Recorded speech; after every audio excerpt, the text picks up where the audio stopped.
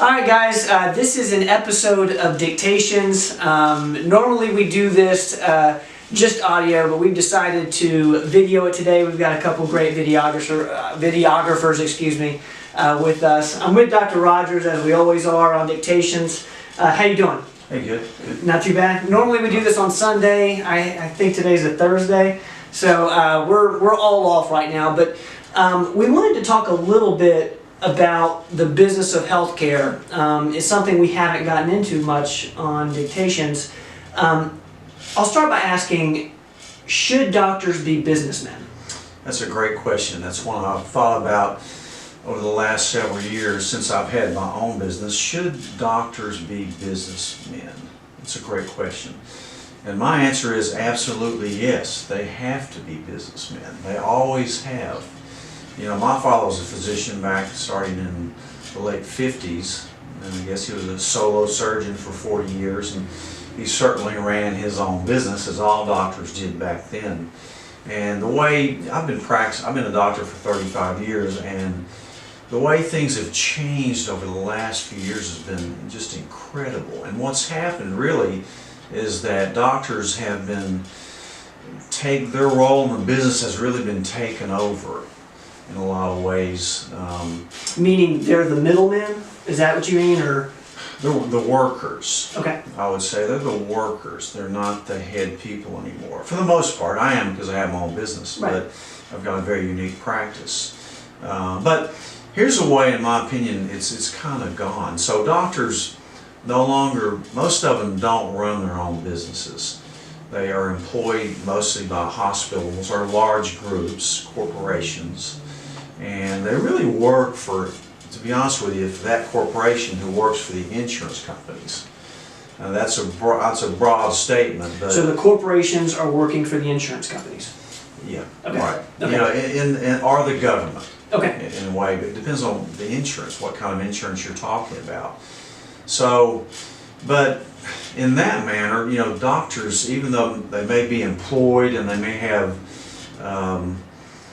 CEOs, business leader, hospital executives, so on and so forth, they really still have to be businessmen because they are in the business of practicing medicine.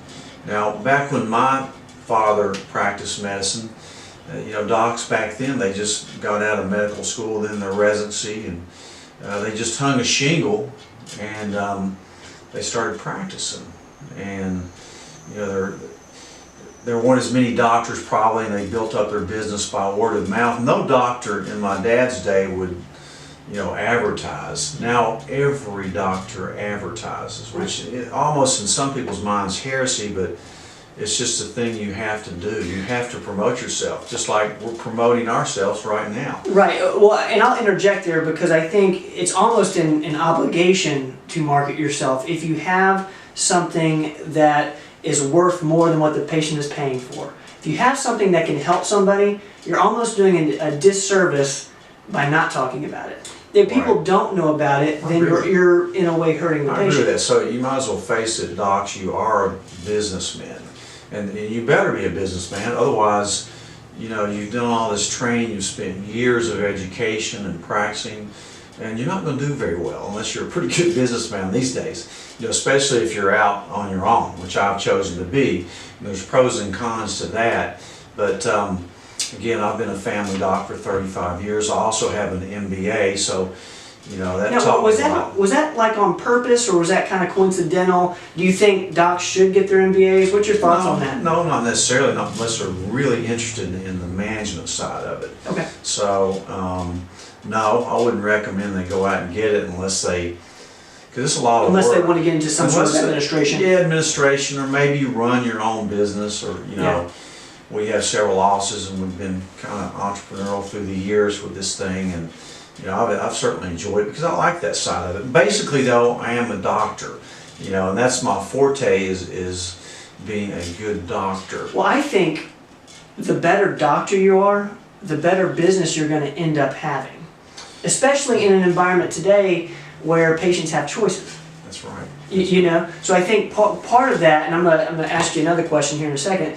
Part of it is being a good doctor. Maybe most of it is. You know, if you're not a good doctor, you're going to get exposed. That's exactly right. Eventually it will come back to haunt you. So you have to know your stuff and be a good doctor. But in my opinion, unless you're maybe a neurosurgeon or cardiac, thoracic surgeon, somebody that does something very technical while the patient's asleep, you have to develop those skills to communicate with patients, because you have to start thinking that these are customers. You know, I think of them as customers, and that's Absolutely. what, as doctors, I think we've gotten away from.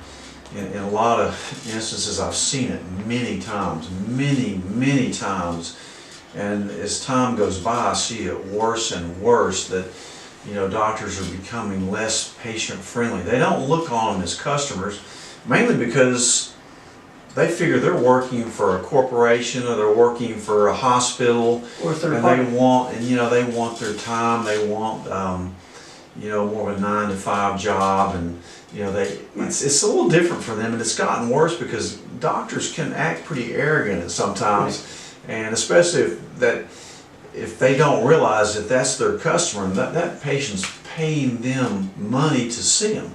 It's so indirect, and there's such little transparency with the way insurances work that, number one, the patient has no idea what he's going to be paying that doctor for that doctor's visit, and the doctor has no idea exactly what the charges are going to be either. That's why in my business model for the last 14 years, that's why I don't take insurance. You know, I'm purely a cash-only business.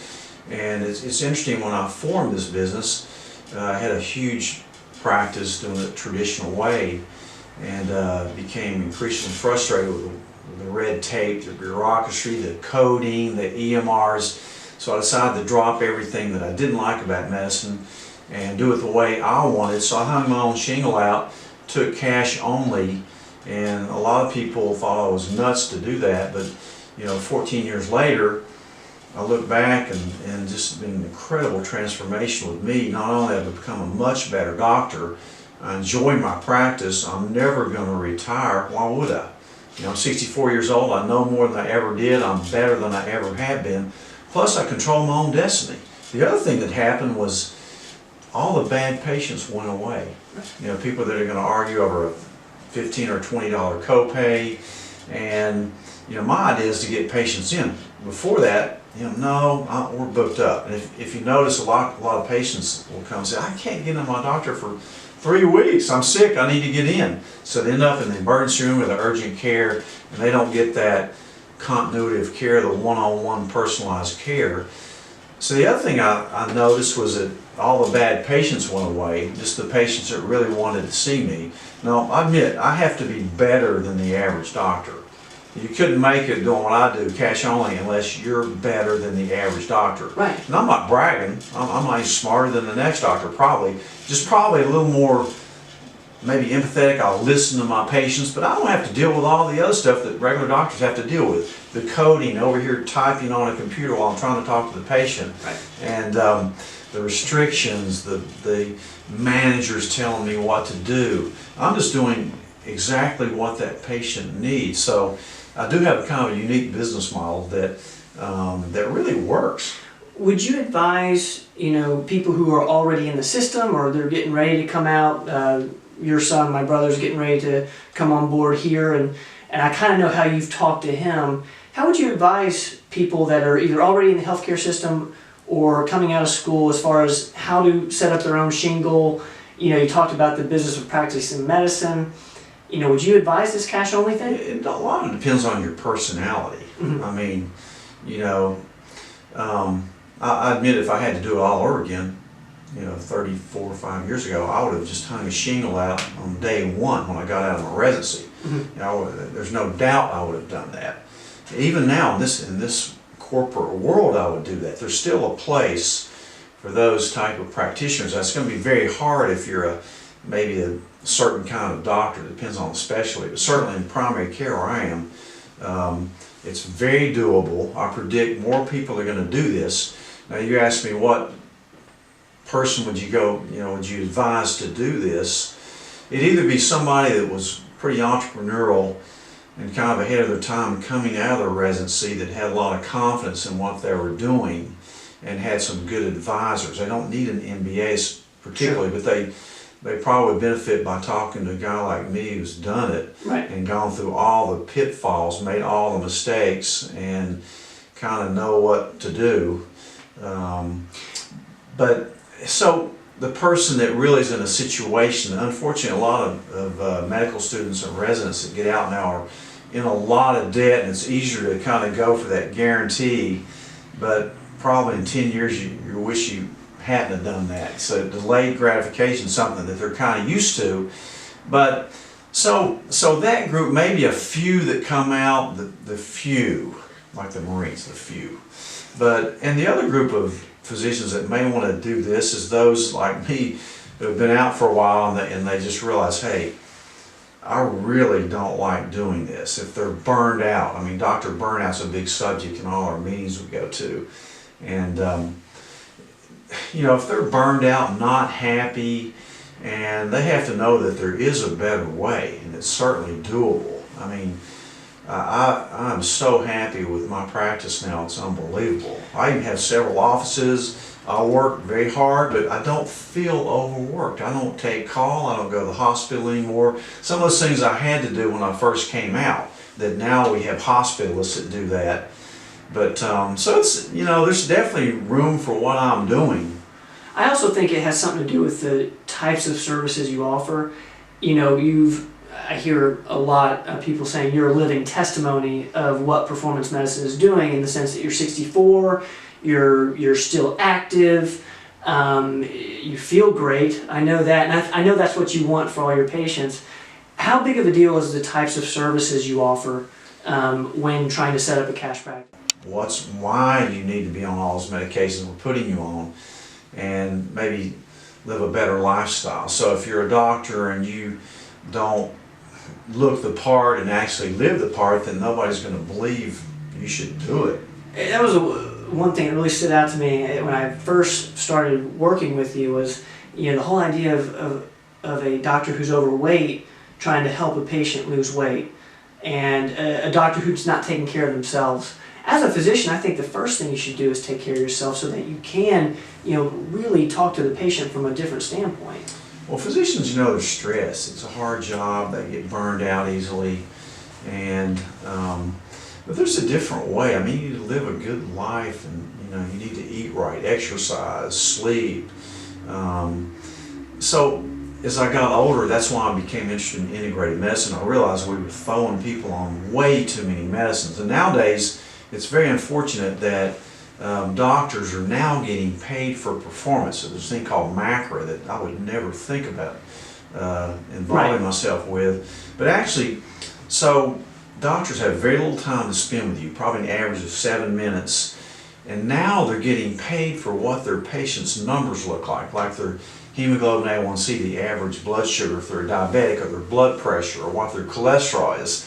So what I think it's doing is driving these doctors to over-medicate people just to get those numbers looking good. In the meantime, you still got a fat, tired, hurting patient who's no better off. They're spending more money on the medicines, and the medicines have interactions and side effects, when what they need to do is lose weight, learn how to exercise, how to eat right, maybe balance their hormones, and that kind of thing. So that's my passion, is really helping people age in a much more healthy way, off a lot of the medications they never needed in the first place. So I'm really glad you brought that up. Do you think the physicians are they're tied to like a short time frame to get those numbers where they need to be, and that's why they don't go towards the, you know, I guess you'd call it the long cut of lifestyle, of eating well, of exercising, because those numbers are going to get where they need to be through lifestyle change, right? But you're saying that there's not enough time.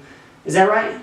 There's not enough time. You're kind of right about that. Years ago, when I first got interested in, because I have 2 diabetic kids, in nutrition, I found when I practiced, you know, in the insurance world, that insurance companies didn't pay for weight loss. So I called them up one time and I said, why aren't you paying for weight loss? This patient is going to be so much better off in the long run.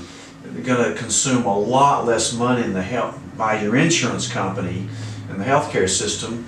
Why wouldn't you pay for weight loss services? And the person that talked to me in the insurance company said, we know that. But they said, but here's the thing, by the time that patient realizes those benefits, they won't be with our insurance company, they'll probably be with some other thing. So I kind of thought that was very ironic that they really don't care. Right. It's all about the money. And so that's why I like the personalized, individualized medicine that we have, not big corporate medicine. Yeah. And as a businessman, you know, I read Medical Economics every month. I love reading that. I'm going to write them an article about how I've done this, because I don't think many docs know how to do it or even believe it's possible, but it certainly is. And the economics of medicine. Why run a cash practice? Why do away with your EMR, your coding, you know, being on the phone with insurance companies all day, doing prior approvals, when you can get on GoodRx and find a cheap cash price for about any medicine. It's unbelievable the differences in how not transparent medicine is. But if you know the right ways around it, you can certainly navigate it. Yeah. And teach people how to kind of take care of themselves as well. But economics, and the answer to your question, should doctors be businessmen? Yes, they have to be. Well, I think you just explained what the business of practicing medicine is going forward.